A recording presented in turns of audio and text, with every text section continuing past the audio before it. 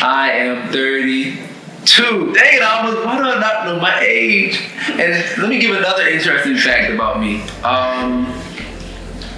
I'll be a little deep. I love writing music. Some people might not know that. So like writing songs. You're never gonna hear it. Well, at least not anytime soon. I'm Amber, I'm 30, and I don't know anything else interesting about me.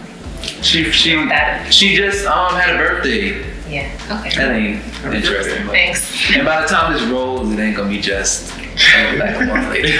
Sorry. I'm Travis, I'm 33. I produce music.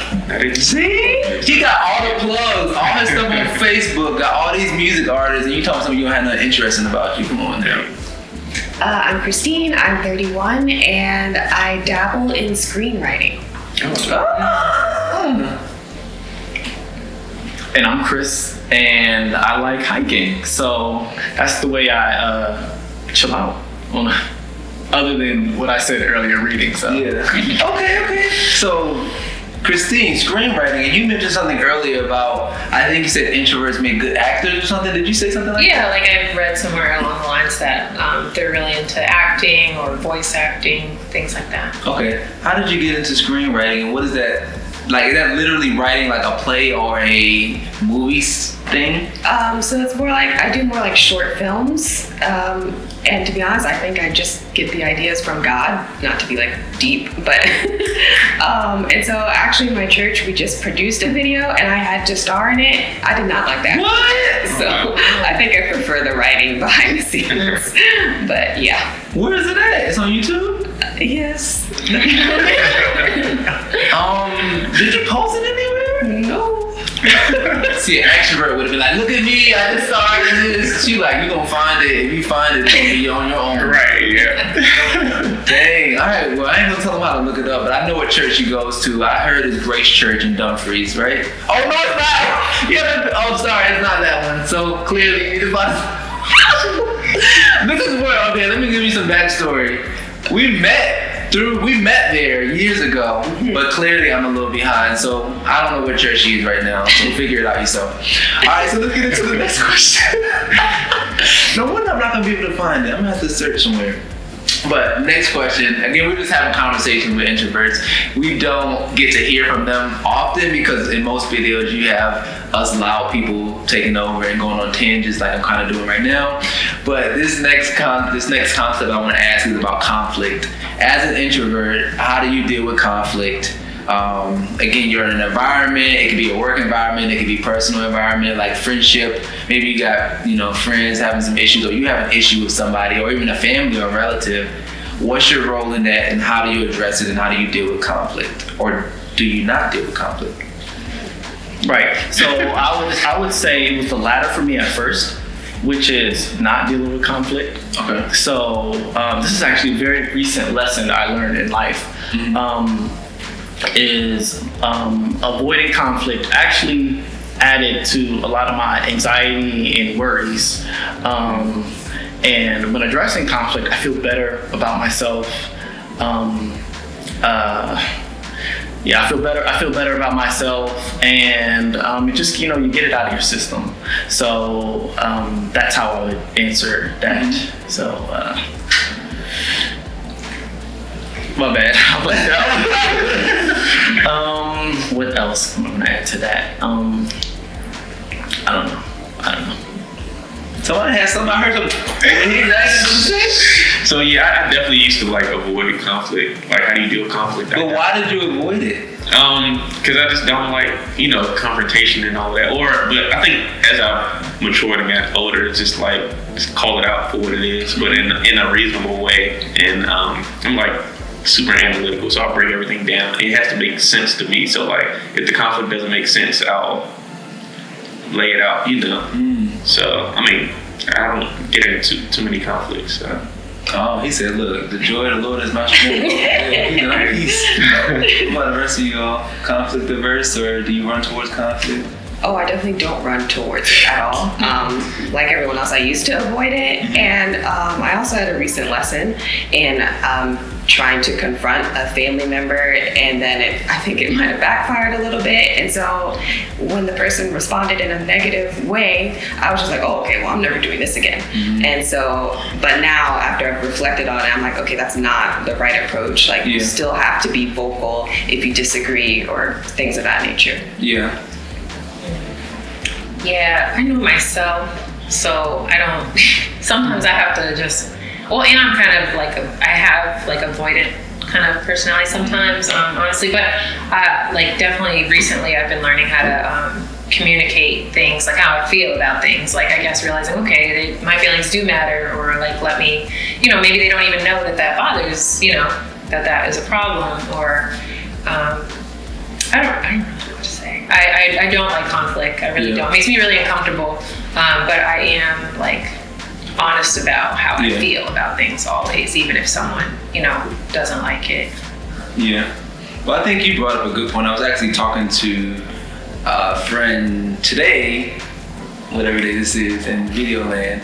But and he was like, well, why do I need to talk about things? And it wasn't even necessarily just about conflict. It was about something that he's like, why do I need to talk about it if it's not going to be a solution?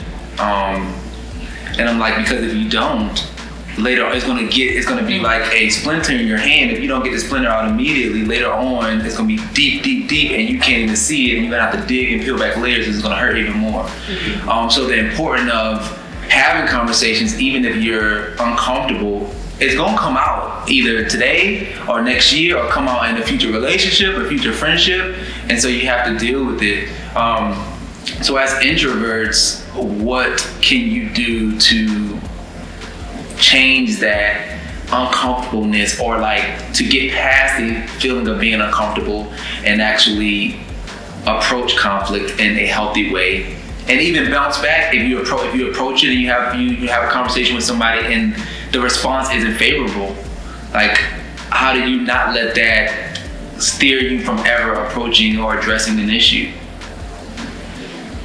I'll go. I would say pray and read and know your Bible as well, because a lot of the principles of conflict resolution are in there. And once again, mentioned in the book of Proverbs, again, that's like a guidebook for conflict resolution. So I would start there. And then it depends on what the issue is, obviously. So I don't have any concrete examples at the moment, but it depends on the issue. Yeah, and a lot of times you need to wait until you're at a place where you can, address it. Because if you're not in a stable place, or if you're like super emotional, you're not going to solve anything. So that's just something I learned. Yeah. Are introverts emotional? Yeah, absolutely. We might not show it, but we are. Okay. Exactly. Yeah. Segue. So talk about that, like, because we view, but most people view emotional as like showing their emotions on their sleeve, like crying, being super angry, all this external stuff. But that doesn't necessarily mean that if you don't show that, you're not emotional. Talk to me about that from a introvert's perspective. Like, if you're emotional, what does that look like for you versus like showing it on your sleeves? Or do you show it on your sleeves sometimes? Or is it hard to do that? I'll go. Come on. You got all these recent examples. You can read them books, that's why. So, I express myself a lot in writing as well, even to my family members, and they appreciate it. Give them a card or something like that, saying, hey, I appreciate you, something like that. So that's how I personally do it. And that plays to my strength as a writer. So yeah, I do it in writing. Okay. Yeah. So birthdays, all that stuff, you're like, I got this, I'm about to write. You don't just give a card with the standard greeting. No. I don't like that, by the way. Don't give me no card with no. It gotta be something personal in it, or just give me cash. I don't need the Hallmark. You like it personalized. If you gonna give it to me, do that. Yeah. But actually, sorry, let me retract. I don't like cards at all. Just don't give me cash. Oh man. But if it is, I'll take a little something. Wow. Okay, so emotional. I mean, as far as like happiness, that's an emotion. I love to laugh, and I actually like to make other people laugh with my sassy comebacks. So that's one way I express myself. But as far as more negative emotions like sadness or anger, that's usually something that's private, and typically the other person doesn't even know that they made me sad or angry. I'm just, after the conversation's done, I'm in my room crying or whatever, and then I have to like press into God, because obviously we can't depend 100% on people. But yeah, that's pretty much how emotions look for me. Okay. Yeah, I think probably on the negative side, like, I don't know if I still do this, but I definitely used to do this, like bottle up everything. Like I wouldn't show it externally, but just deal with it once by myself. Because a lot of times I feel like my emotions aren't for everybody to see, it's for me to, figure out. And then I guess showing emotion towards other people, I think probably more so through my actions, whether it's gift giving or, just different things. To show appreciation rather than just saying it or being like super emotional. So you don't affirm nobody, you just like, look, I did it, what you think? I mean, I can, but not, I really don't prefer to. Okay, love language, affirmation is not what he gives, which is fine. Like, I mean, it's something to know. Dang it, you said something, you said about like not sharing certain things because you feel like it just might be for you.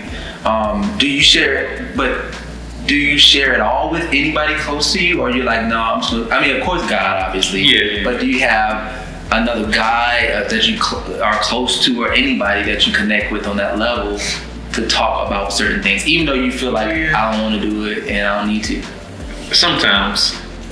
Not all the time. I'm thinking a lot. Sometimes I do, but not consistently. Okay. Do you think that's important? Yes, it's very important. I know what I need to do, but I'm not saying that I do it all the time, but yeah. Got it. Because that's actually again, talking to my friend today, we were talking about that, and he's like, I don't need to share with anybody. And I'm like, yes you do. Like, you can't we're not put on this earth by ourselves. You got to talk to somebody. Yeah. Counselor or a close friend. Obviously, like Ratchet, that's going to be like, yeah, he like, give some solid advice. But what about you? I think I'm the same. Like, I'm more so with action. I feel like it's felt like, and I don't get really sad or angry, just disappointed. And so maybe, I guess just for example, like if it's a coworker or something, because that's the only thing I can think of right now. Like, I'm usually really upbeat too. So if I'm, other than that, people are like, what's wrong? You're so quiet, especially because I know them. But like if it's someone who's kind of rubbed me the wrong way, like, and they're like, hey, Amber, I'm like, hello. Cold. Kind of cold. Not, but like part of it that I don't like being like that. I don't like feeling like that. So it makes me even more mad because I'm like, Yeah. Well, it's hopefully this is helpful, because I could have used this probably like 12 years ago in college. Here's another story time. I was in a relationship and my girlfriend was very introverted, and I'm just like, how do you feel? Like, how do you feel? What are you thinking? And she she wasn't expressive. She needed time to figure out how she feels. She didn't know. And I'm just like, what you mean? Like, what you mean? Just because I didn't operate that, I didn't understand it. But with introverts, you all just need time to process your thoughts and process your feelings to see if you're even thinking about something.